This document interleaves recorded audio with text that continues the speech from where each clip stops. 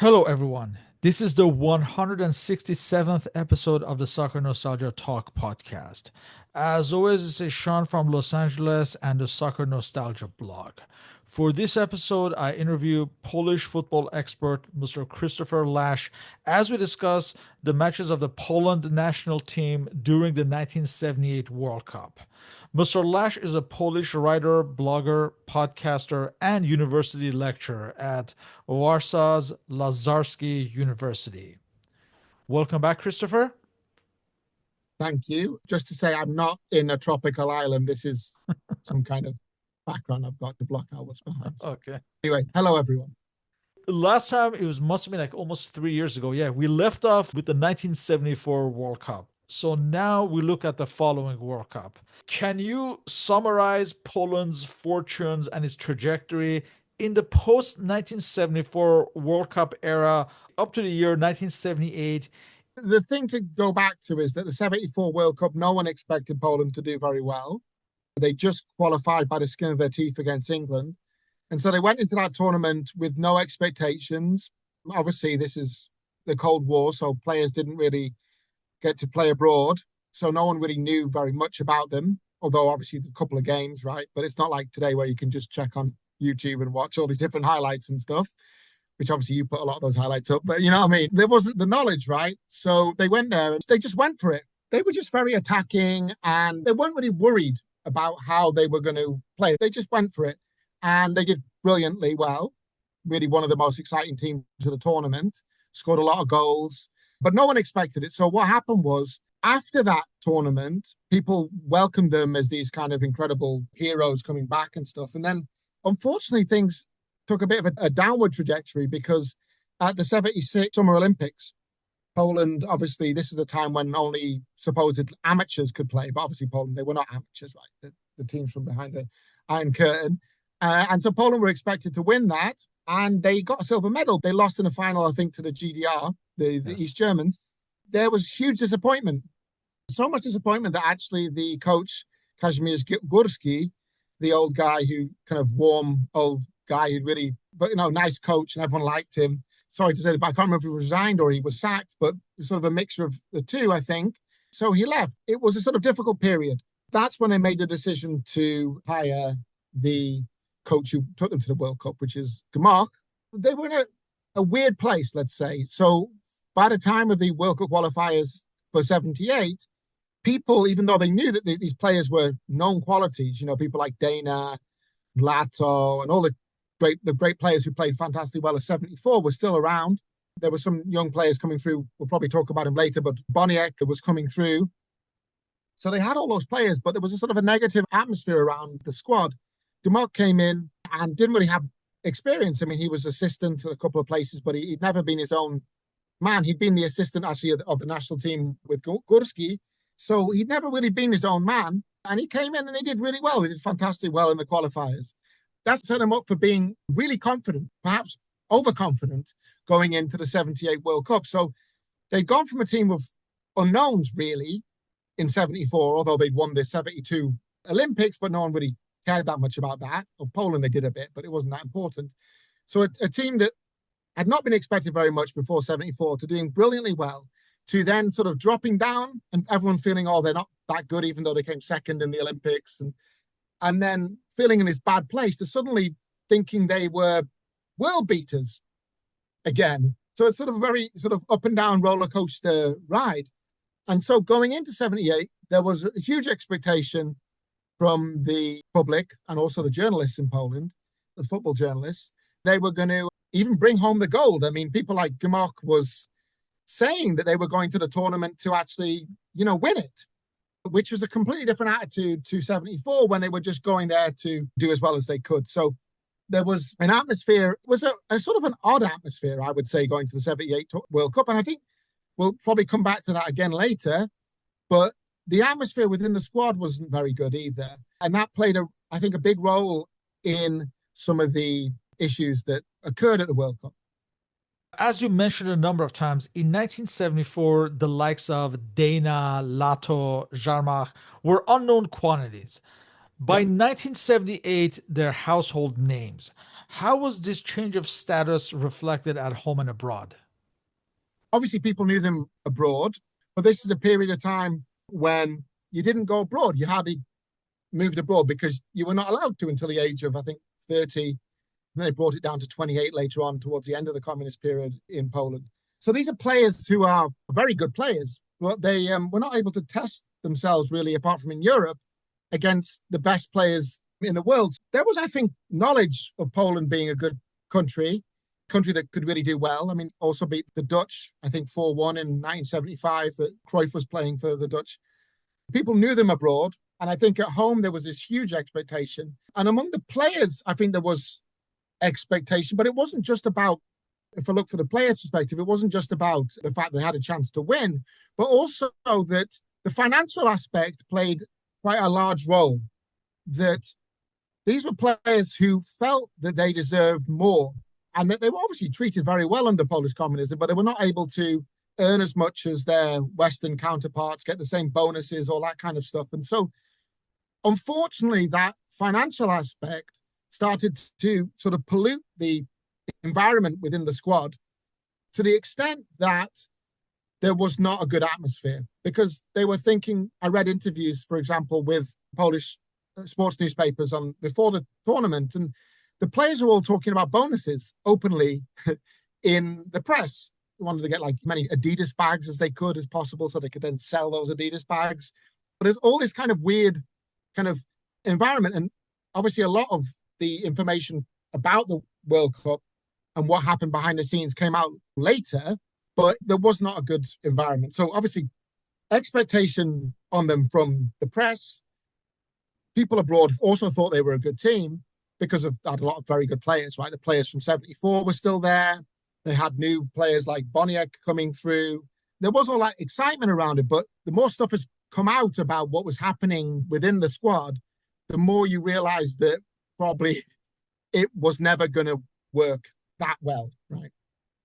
Poland had qualified rather comfortably in a group that included Portugal, Denmark, and Cyprus.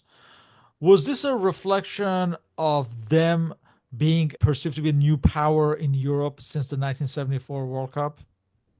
Well, I just think they had a lot of very good players. They had not just known players, but players, who had really achieved stuff, obviously internationally, but obviously not most of them had not played abroad. I think at this point in 78, but I have to check it out. I think that Godoka was already playing in He may have been at France. Nantes, yeah, at that point. He was at Nantes, but he was the only player. That was a big transfer. The fact he actually got a chance to go away. Yeah. I mean, they just had a lot of very good players. Sharmak was still a great goal scorer. Lato was 28, but he was still very quick. I mean, Lato was still quite quick in 82. Dana was still around, was still playing very well. And Lubansky, who was injured so tragically in the first game when Poland beat England 2-0 in Chorzów in 72, I can't remember, 73. 73, I would think, right? 73, yeah. He came back in, Gomok brought him back into the national team set up. There's just a really, they had a lot of good players. I mean, Poland, I don't think has ever had as many good players as they had in 78. I mean, that was, some of them are obviously getting a bit older. We might talk about that a bit later.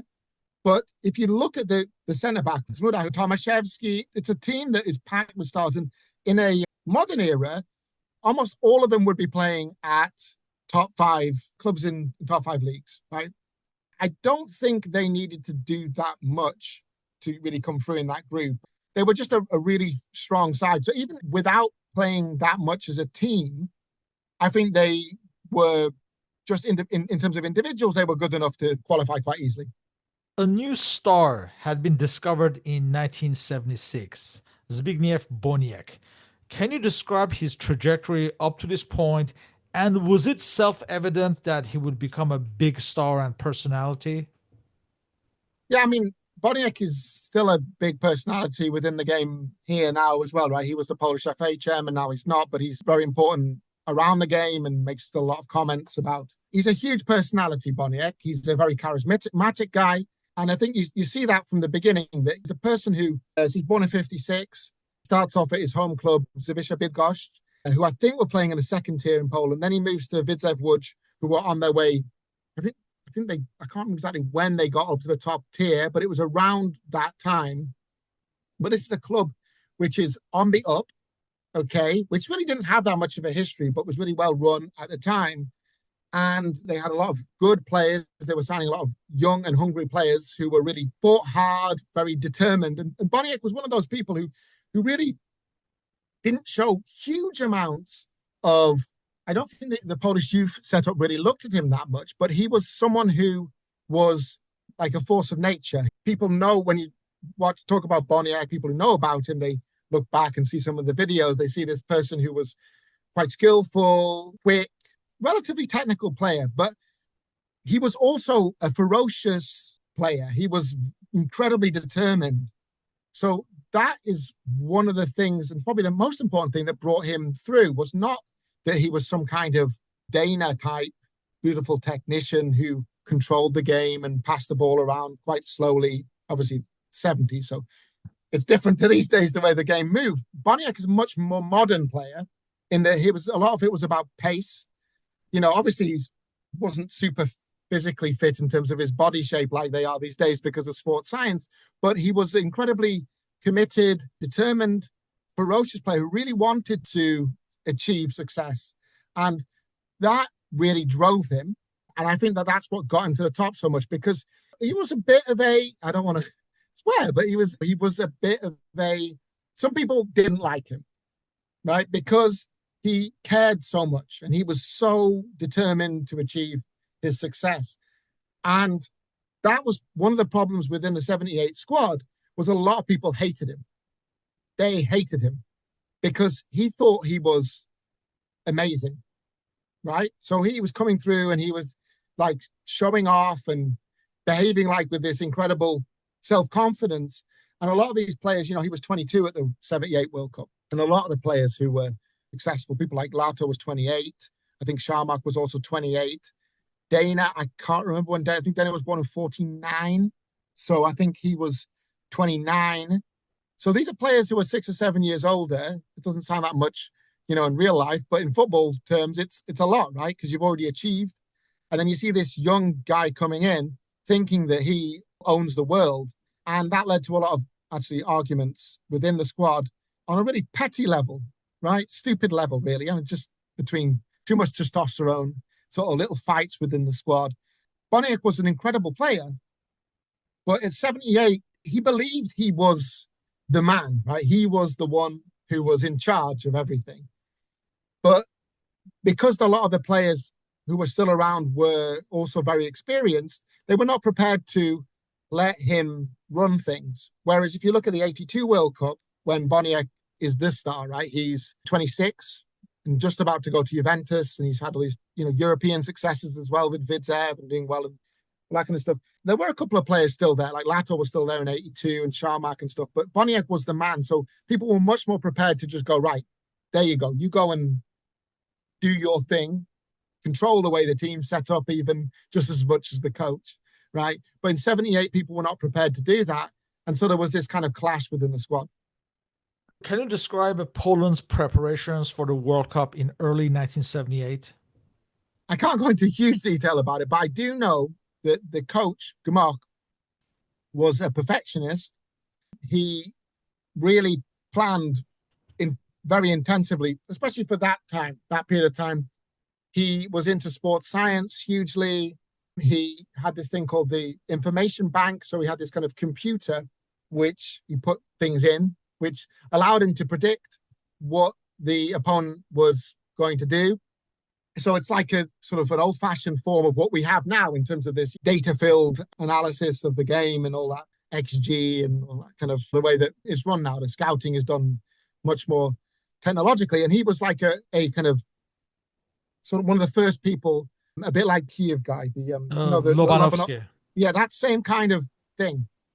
That's what allowed him to be quite a precise coach. And he wasn't someone who just let his team play. He was kind of very controlled in the way that he did that. And a lot of the players, I mean, I'm sort of going off a bit here, but all the players, they didn't like that much because with Gursky was kind of this warm old man who they liked a lot. And Gorski went, just, go out and play. It doesn't really matter that much. He'd say things like, these kind of aphorisms about football. And he didn't really, whereas Gamark was a young guy. He's 30, I think he was 37 when he became the coach.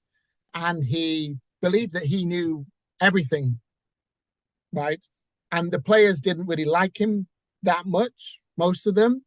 So in terms of the background of the World Cup, that's important. In terms of preparations itself, I think they flew out to Argentina to sort of, as we say in English, case the joint, right? To go over there and see how things were in the places that they were playing. I think they went to Rosario. I think they played a couple of games in Rosario, or at least one game in Rosario. And they went, I think, to the country club in Rosario to sort of test out how things would be when they were there for the World Cup. So he really didn't take very many things to chance. He really prepared very methodically. And for those players who bought into his methods, who believed that his methods were good, and people like Boniek actually liked him a lot, because I think also because Boniek was young and he wanted to show himself, and Gamark was also was new and trying to come in after Gorski, who'd been this legend kind of coach. So I think that worked out quite well. But with some other players just hated him, really didn't like Gamark. So, for example, Lato and Sharmak just would, he would be doing these incredibly complex coaching things like, drawing lines. It's very famous, Gamark. Even later on, he became a TV commentator, and he was obsessed with these tactical, like normal now, right? You have a whiteboard, and he would do it very complicated. And they would just be like, sitting there, Lato and Sharmak, drawing like little stupid pictures and stuff. And while he was doing it, so they just didn't really warm to him.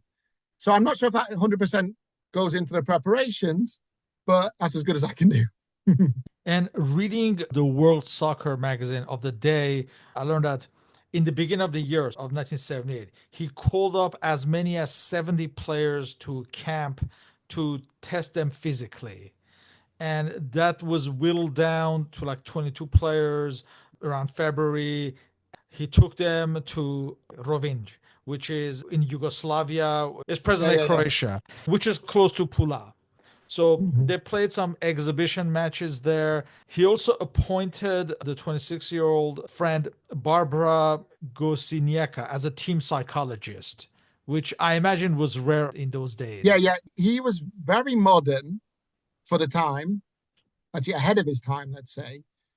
But again, lots of the players just didn't appreciate it at all. I mean, players even, I think probably now they're just about okay with it. But like 20 years ago, people didn't appreciate that. And this is, 50 years ago. I think he also, my memory serves me right, they did these kind of word association things. So they'd be like, how do you see yourself? And again, Sharmak and Lato were just like, this is ridiculous. They just didn't buy into his methods. So the psychiatry, that's part of it, psychologist. It's that whole kind of thing that he was really a perfectionist and incredibly ambitious.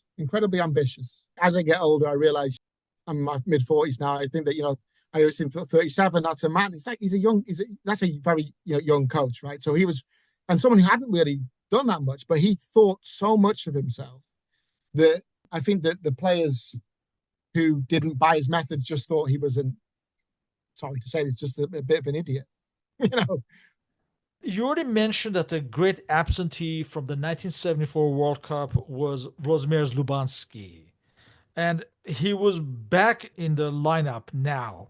Was he the same as before, or was he clearly less effective by this point after the injury? He was a lot worse. I mean, Lubanski was famous as this incredibly quick player. A lot of it was based on pace. A lot of his game was based on pace. And then after the injury, he came back and he was still a good finisher, but it really made him feel like an old player. I think he was born in 47? I think 47. So he would have been 31 at the time of the World Cup in 78. So he's not only 5 years older than he was in 73 when he got injured, he also lost a lot of pace because of the injury. So he really wasn't as good a player. And I think that while Gmok brought him back, I don't think he had that much faith in him, really. And that also was one of those things that caused problems because he was bringing players to the World Cup who were not as good as they once were, but they still had massive egos. And in those situations, what you can do two things, right? You can not take them, and then the press make a big thing of it before the tournament, and then everyone gets over it. Or people go, if you do badly, they go, well, you didn't bring him, right? Or you can take them along and then they play badly, drop them, and that causes problems within the squad. And I think that with some of the better players, that's the older players who had already experienced, it was a second thing that he brought them along, but they really didn't the dynamics didn't work in the squad. And he had problems with two of the heroes of 1974, Jerzy Gorgon and Jan Tomaszewski. Jerzy Gorgon, he had problems with injury, but also bad discipline. While Tomaszewski was also having disciplinary issues at his club. Gmok even threatened that he would drop him. I think Gorgon was 29 in 78, but he was never a very quick player, even, in 74. Naturally, just in terms of age, I think that, he wasn't the player that he'd been 4 years previously. But again, egos play a role, right? So he's there and he believes that he should be playing or, he should be taken into account. But does that mean he really should have been taken into account? I think that Gmok had problems in finding the right X1, and he wasn't sure about breaking with the old guard or not, or going with the new people. And what happened, he sort of got caught between those two kind of positions, and he neither did one or the other. And so he kept changing things. He sort of, at some point, I think, lost confidence in his ability to make the correct choice.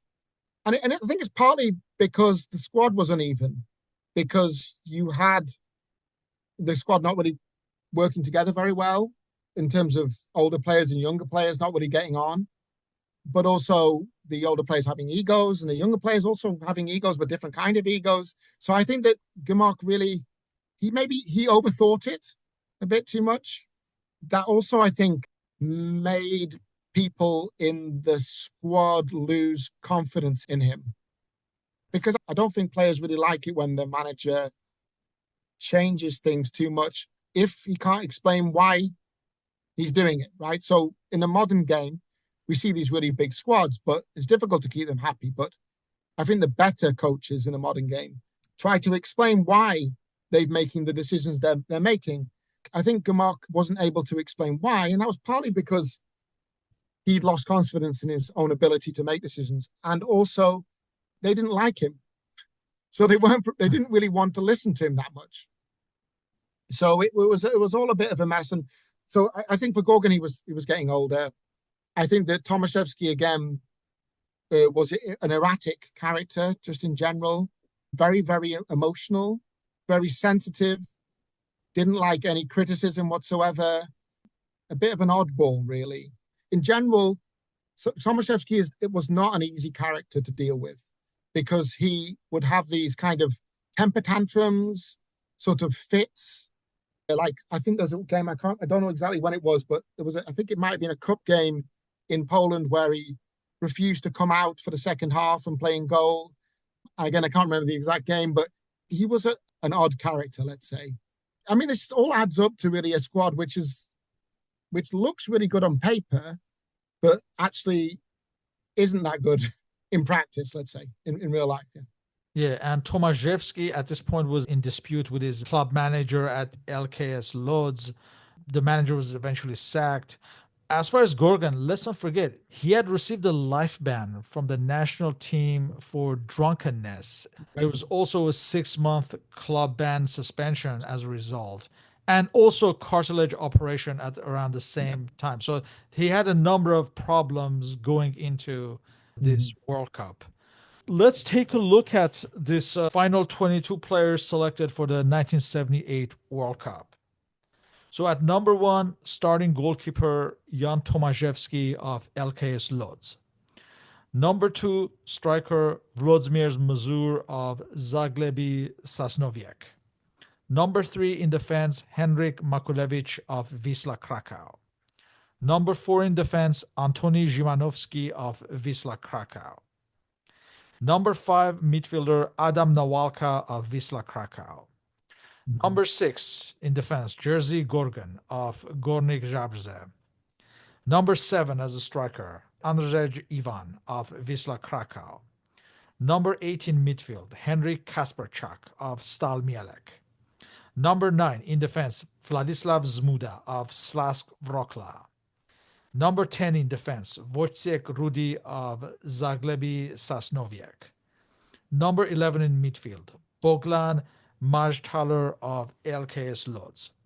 Number 12, captain of the team in midfield, Kazimierz Dana of Legia Warsaw. Number 13 in defense, Janusz Kupchevich of Arka Gdynia. Number 14 in defense, Miroslav Justek of Lech Poznan. Number 15 in midfield, Marek Kusto of Legia Warsaw. Number 16, striker, Grzegorz Lato, the top scorer of the 1974 World Cup at Stal Mielec. Number 17, partner in attack, Andrzej Jarmach of Stal Mielec. Number 18 in midfield, the new star of the team, Zbigniew Boniek of Widzio Lutz. Number 19, striker, and the only foreign-based player, Włodzimierz Lubanski, playing at Lokeren in Belgium. Number 20 in defense, Roman Wojcicki of Odra Opol. And now we come to the final places and the two backup goalkeepers. At number 21, Zygmunt Kukla of Stal Mielec, and number 22, Zdislav Kostrzewa of Zaglebi Sasnowiec. And I know I butchered in the pronunciation of the names, so I apologize to any Polish listener. From this crop, you see a lot of 1974 players like Tomaszewski, Zimanowski, Gorgon, Kasperczak, Zmuda, Dana, Kusto, Lato, and Jarmach. So, with so many of this 1974 crop still present, was there a feeling that this team was an improvement to the previous edition, or did the expert believe the 1974 success could not be repeated? Going into the tournament, as I said, I think that Gamark was very confident, perhaps overconfident, saying that they had a chance for the gold medal to win the whole thing. Yeah, he publicly stated that he wanted to improve on last time. Yeah, I do think he also, there was a couple of comments. I'm not sure if he specifically said about getting the gold medal, but there was this kind of self-confidence there from him, but also a lot of players who believed this was a real chance. I think the press were very confident. I'm not sure if they thought they were going to win it, but they thought they would do very well at the tournament. So this is a very different place than they were in 74. So the press, I'd say, is more experienced, had been round the block in 74, right? Knew what was happening and sort of expected a lot more than they did in 74. So I think the press really knew the behind the scenes stuff so much, but there was a real confidence, expectation of some kind. Yeah, I'm not sure doing better than 74 because it did brilliantly at 74, but like at that sort of level. We come to the 1978 World Cup in Argentina, and Poland are in Group B with defending champions West Germany, Mexico, and Tunisia, which on paper is a manageable group for Poland, as West Germany are seen the main opponents for winning this group. West Germany and Poland actually play in the World Cup opener on June 1st, 1978 at Buenos Aires at the El Monumental. This is West Germany, still managed by Helmut Schön, has some of the remnants of 1974 like Sepp Maier and Bertie Vogts, but is missing the likes of Beckenbauer, Breitner, and some of the other stars. As far as Poland, for this match, they start with Tomaszewski, Makulevich, Gorgon, Zmuda, Zimanowski, Nawalka, captain of the team Dana, Maschtaler, he'd be replaced by Kasperczak in the 84th minute, Lato, Lubanski, he'd be replaced by Boniek in the 79th minute, and Jarmach. The match ends in a dour, scoreless tie, as most World Cup opening matches of that era did. The teams kind of canceled each other out. I imagine it was like a diplomatic tie, as both teams probably were confident for their next matches and to advance. Not much to write home about this match. I mean, Gamok went into it trying to really cancel out West Germany, didn't really go for it in an attacking sense. I think he also, agreed that that was the most difficult match in the group. But the Polish press were actually a bit negative about the game. I think because well, it wasn't a very good game anyway, but also that Gamok's supposed to be this kind of modern manager, and it sort of was a bit of a yawn fest, really. A few days later, on June 6th, this time at Rosario, at the stadium of Rosario Central, Poland faced Tunisia. For this match, you have Tomaszewski, Makulevich, Gorgon, Zmuda, Zimanowski, Nawalka, captain of the team Dana, Kasperchak, Lato, Lubanski. Again, he'd be replaced by Boniek in the 76th minute, Jarmach, and he'd be replaced by Ivan in the 60th minute. For this match, Poland will win 1-0. So in the 43rd minute, from the middle, Lato does a combination play with Lubanski, and after a failed clearance by a Tunisian defender, Lato lobs the ball over the goalkeeper and gives Poland the win. They were expecting, I imagine, a higher score to win, and they were somewhat surprised with Tunisia, who would be one of the surprises of this World Cup. And they narrowly win, but win they do, and now are in a comfortable position to advance to the next round. I think that what I remember and reading about it and stuff, that they expected a win. They didn't win by as much as they thought they would, but they got the win. It wasn't, again, another particularly exciting game, really. And it just felt like they expected Poland to get out of the group. And so it was another kind of step towards that. Again, both of those games are not like games that people write exciting articles about, let's say. It's a win. Win's a win in that regard. It wasn't really an exciting game that people remember that much, I don't think.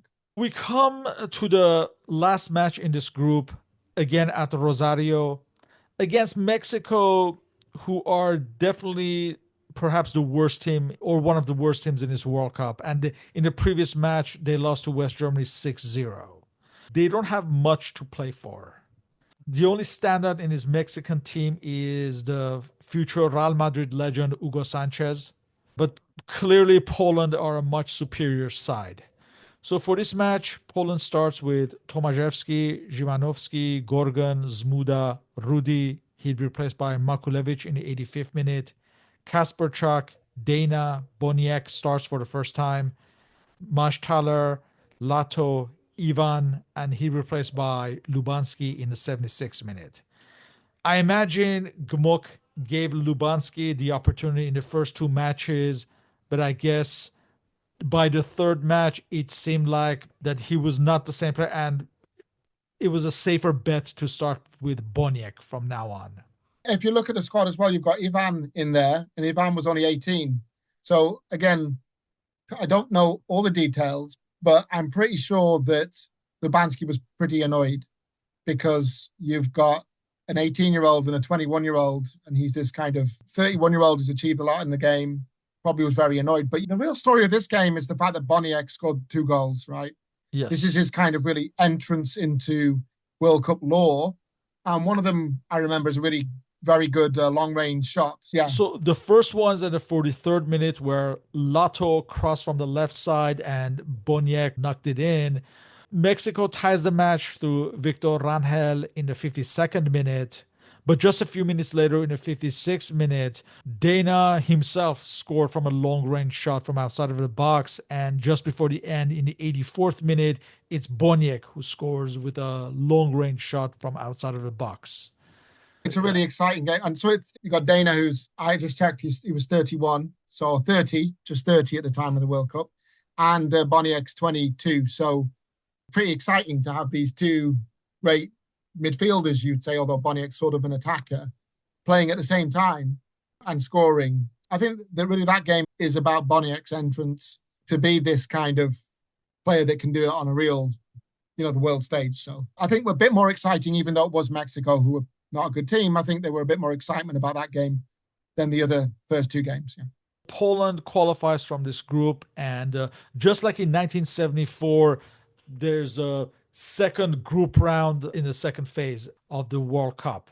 For this second group phase, they're in a group with all South American nations. So you have hosts Argentina, Brazil, and Peru. The first match on June 14th is at Rosario.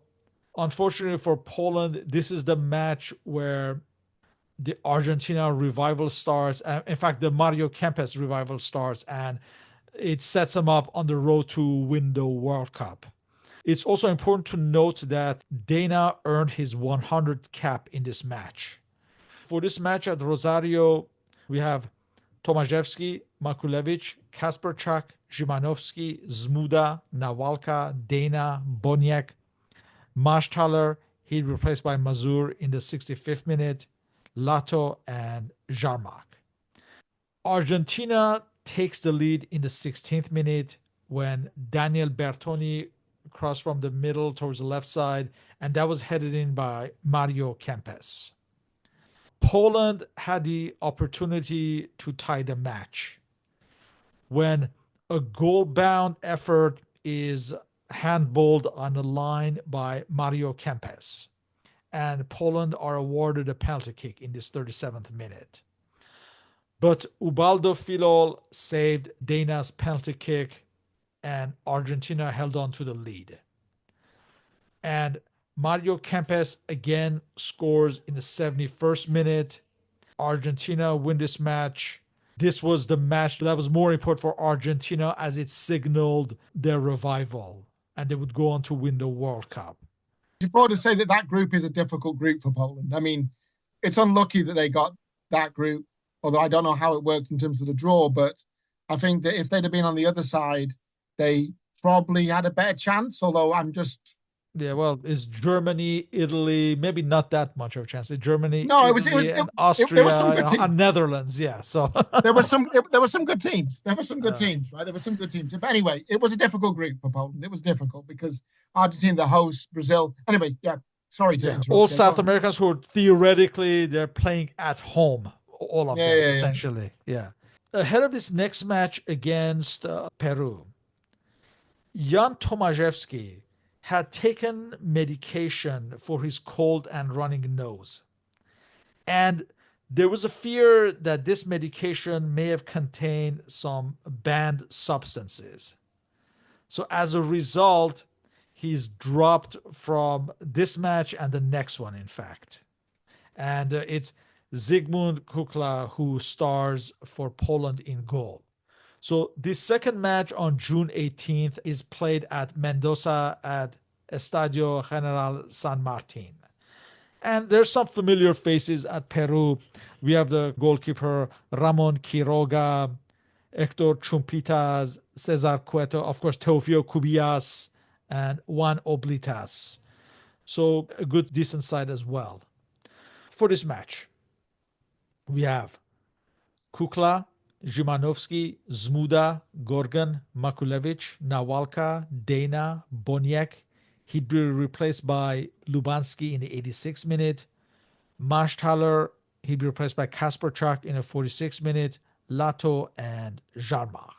Poland would win this match in the 65th minute.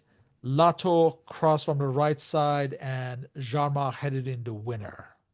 I imagine the talking point was about the controversy with Tomaszewski. It was, but if you look at the way he was juggling the squad, it's a little bit strange, I would say, because it's not, obviously Tomaszewski was something that was sort of forced on him, but he's not being very consistent in his choices, let's say, because you've got, Ivan started the previous match, then he's not starting. Obviously, Lubanski is on the bench as well. So it's an important win, let's just say that. But again, one I think that the Polish press expected, even though, okay, they thought Argentina, okay, there was the big thing is the big thing really is the Dana penalty miss, right? That's the big story. Because, if they'd have scored that penalty, who knows what would have happened. And I think there was a bit of an argument between Boniek and Dana about who was supposed to take the penalty in that game. So I think that when people remember that World Cup, I think that that is that key moment that they go back to. And in fact, probably for Argentina, from the Argentina perspective, it's really important as well, because if Poland equalized, then maybe they'd have gone on to win it and Argentina wouldn't have won the World Cup, although obviously they may have found a way. Yeah. If modern rules applied, in fact, Kempes would have been sent off, I think. Yeah. Because, yeah, he handballed it on the line. Yeah, Yeah, exactly. yeah, And then obviously you have that 6-0 game against Peru, right? Which is right, the famous, right. lots of discussion about what might have happened. So that's the big game. And I think the Peru game, really, they go into it thinking they're better than Peru. They come away with the win. It's a little bit like, although obviously Peru are a better team, it's a little bit like the Tunisia game, a little bit in the group, although obviously Tunisia are weaker, but it's like they expected to beat Peru. So it wasn't like some kind of amazing feat at all. And then it was going to all go down to the last game, although obviously only one team went through in the group. So that's why that penalty, I don't know, I'm going back to, but that's why that penalty was such a crucial moment, because that basically made it pretty much impossible for them to go through. That loss already made it very, very difficult for them to go through. Right. So I think that's the moment where, in terms of historical memory, that they go back to. Not really, the Peru game isn't really remembered. It's the Dana miss. And, you'll go on to the Brazil game, but I don't think, again, that's not that remembered that much either. It goes back to that Argentina game. Has there been any more developments in the succeeding decades about the whole cold medication that sidelined Tomaszewski in controversially?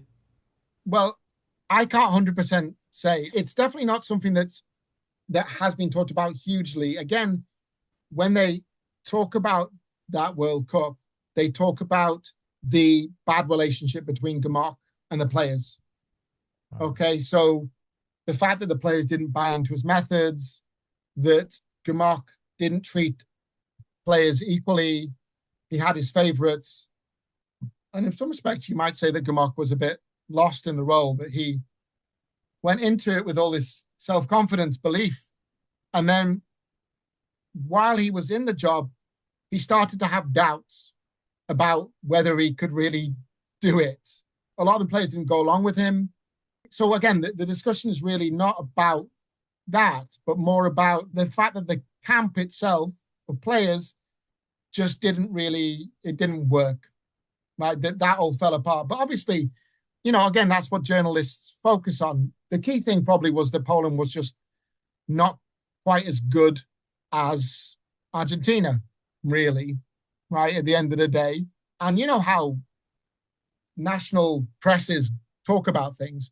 It's very one-eyed, right? It's very always focused on us. It's all, we did this, we did that. It's our fault. We didn't play this player. We didn't do that. And at the end of the day, when you look out, step back a bit, it's really not about that. It's about whether a team is better or not, right? Yeah. And I think that when you look at it from a Polish perspective, it's like, we've had these great players. Why didn't we do that well? Why didn't we do that? Well, they didn't do that bad. They came fifth officially, right? They don't go, oh, well, Argentina was, they went on to win the World Cup, or Brazil was still a pretty good team, or there was other teams, the other group. They just focus on this individual tragedy of the missing the penalty and the bad squad.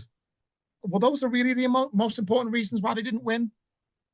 It might have been just that they were not quite good enough, right? Poland ended their World Cup on June 21st at Mendoza, again at Estadio General Martin. Again, Kukla started in goal. We have Szymanowski, Zmuda, Gorgon, Makulevich, Nawalka, Dana, Boniek, Kasperchak. He'd be replaced by Lubanovsky in the 65th minute, and Lato and Jarmak. So in this match, Brazil would win it 3-1. But obviously, it was not enough for them as Argentina on the same day, hours later, defeated Peru 6-0 in that controversial match. Brazil takes the lead with a free kick through Nelinho in the 12th minute.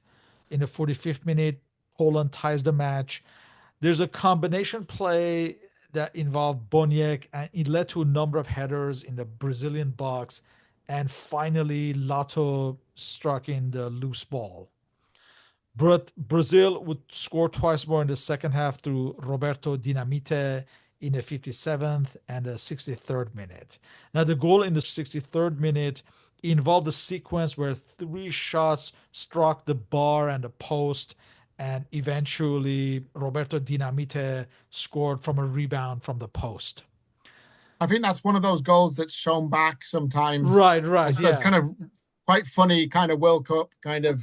Right. He's I on remember like a Twitter, yeah. video when I was a kid watching Yeah. that and thinking it was funny, but obviously I wasn't really following Poland as much then. But yeah, As a whole, if you had to compare the 78 to 74, what would you say? Were Poland really at their place in this World Cup? if you look at it from the Polish perspective, right, they are very disappointed with it. They think it was the real chance to win something, one chance maybe ever for them to win anything, right? To win such a big tournament. But so obviously that's important to look at it from their perspective. But if we look at it from the other perspective, the wider perspective, Poland was one of a number of good to very good teams at the World Cup. And sometimes it just happens that you are not quite good enough, right? But like I was saying before, I think that Polish like national memory goes back to why what went wrong. Why, like, I don't know, with the Dutch, right? When the Dutch used to argue with each other at World Cups and stuff. Do you fail because your team's not good enough, or is it because you're arguing with each other? Obviously, arguing with each other doesn't help, right? But is that the main reason? I don't know. But they certainly were not a unit. They were not working as one goal. There wasn't a kind of a symbiosis, a good energy within the squad. And in 74, it's a completely different atmosphere. They went in just not expecting anything. And straight away, the Argentina game, they're scoring goals. It's fun. They were having fun in 74. And that was helped by Gorski being a very relaxed guy. Just going, like your granddad sort of person who pats you on the head and go on, just have fun, just run, go, do it. And they're quite simple people. Lato is not a mega brain. I mean, a lot of players are not mega brain, but Lato is not a mega brain. He's a person who he's all about, he was all about just Instinct, speed yeah. and just go for it, right? And Right. Gorski was able to unleash all that. And Gamok, as I said before, he overthought things. Yeah. He played players against each other in the squad. It reminds me a little bit like Glenn Hoddle with England a little bit in 98. This kind of barriers between things sort of wasn't really psychology isn't pseudoscience like Hoddle did. But a lot of the players thought it was pseudoscience, right? So if he was a more intelligent coach, he would have gone like, this isn't working, right? These players are not buying the methods. Let's just go back to Gorski way. Let's just go out there and just enjoy yourself. But he was too proud a man to do that. He was too proud a man. He was too invested in his methods to do that. He thought he was better than Gorski, and he wasn't. He was not better than Gorski. Sorry, History go will ahead. remember him as being not as good as Gorski, and he probably hates it to this day because he thinks he is better, but he wasn't. Yeah, well, in any way, he would leave his post like 2 matches into the following season and replace with Richard Kuleja. The other thing this World Cup shows is that there is a changing of the guard. Dana, Lubanski, Tomaszewski are seem to be headed for retirement, and Lato and Jarmach would be aging by the next World Cup. So now Boniek is the central figure after this World Cup and would become the big star. And I imagine the press welcomed that as well. Yeah, I think that it helped the team in 82 that you had one player who was clearly the star right? The player who could just go, right, guys, we're going for this. People fell in behind Boniek. He was like a sort of a general in that regard, right? In 78, he was too young, and the old guard didn't accept him, and they sort of pushed him out. They tried to bully him. There was all these kind of stupid, again, kind of overly too much testosterone kind of thing going on behind the scenes. And in 82, it was simple. It was basically like Boniek's in charge, even more than the coach. People said in 82, we might come back to this in future years or whatever. But the Piechniczek, the coach, people say, well, he wasn't really the coach. It was Boniek, right? It's a bit like, when people say the Portuguese coach is not the coach, it's really Ronaldo, right? There was still a couple of players. We'll come back to this again in some time, but there was still a couple of players from 78 and 74 there in 82, but Boniek was clearly the number one guy. So I think that's part of the reason why they were successful in 82 was because of Boniek being obviously Smolarek as well and others, but Right. yeah. We'll definitely look into that World Cup where, like you said, Boniek takes the center stage and would have one of the best World Cups by any Polish player. Or any player he was amazing at that World Cup, Boniek. It was a fantastic. The fun came back. In 78, there wasn't very much fun. There wasn't much fun. Yeah. With that, I would like to thank you for your participation in this interview. All our respective contact information is listed on the blog and podcast uploads. So, Christopher, thank you very much and hope to continue these discussions on football history. Thank you. No worries. You're welcome.